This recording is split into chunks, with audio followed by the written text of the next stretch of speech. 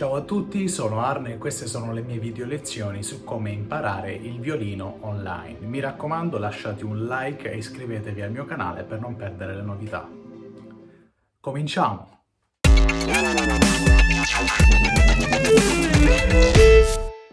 Ve le presento, sono le 7 note.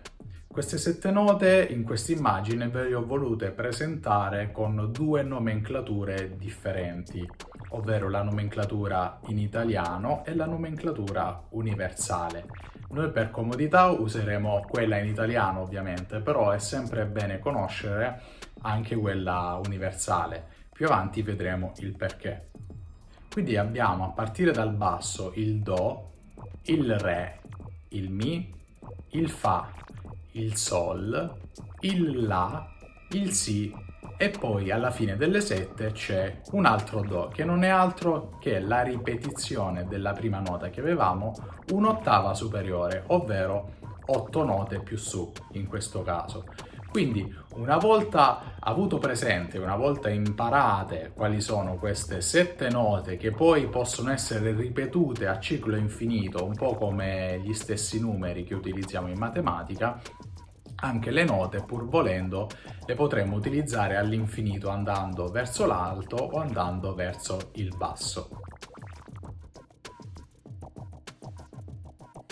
Quindi, una volta imparate le 7 note, sostanzialmente abbiamo imparato a chiamarle un po' tutte quante, perché ripetendosi in ciclo infinito sia verso l'alto che sia verso il basso, praticamente le conosciamo tutte.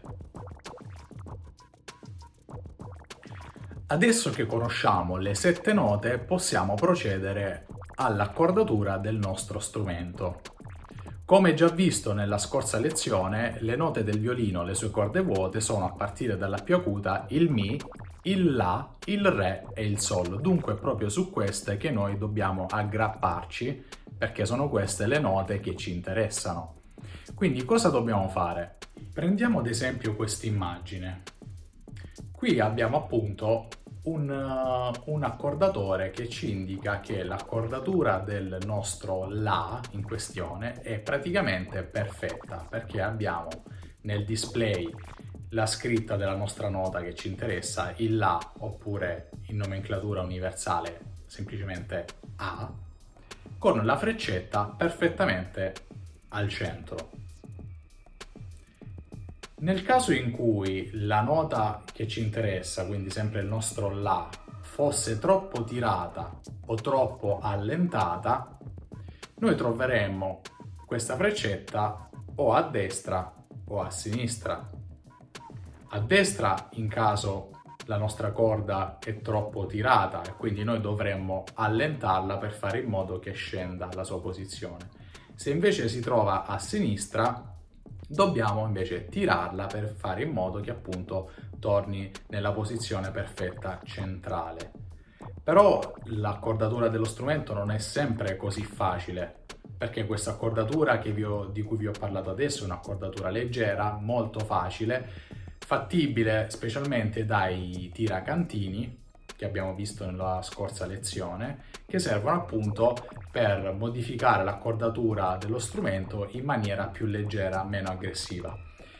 Quindi come ci dobbiamo comportare se noi vogliamo accordare il nostro La, ma l'accordatore quando suoniamo quella corda ci dice che c'è un Sol? In questo caso quindi la nostra corda è troppo allentata, perché guardando l'esempio di prima il La si trova dopo il Sol, quindi dobbiamo andare avanti rispetto al Sol. Infatti abbiamo Do, Re, Mi, Fa, Sol, ma a noi interessa il La che si trova dopo, quindi dal Sol dobbiamo salire e come vi ho detto prima, per salire dobbiamo tirare.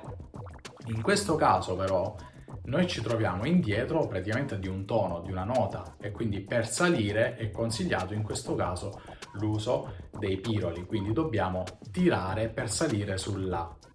Magari non arriveremo in posizione perfetta, ma quella posizione perfetta poi la possiamo trovare semplicemente allentando, tirando un po' i tiracantini, una volta che sul display uscirà la scritta della nota che ci serve.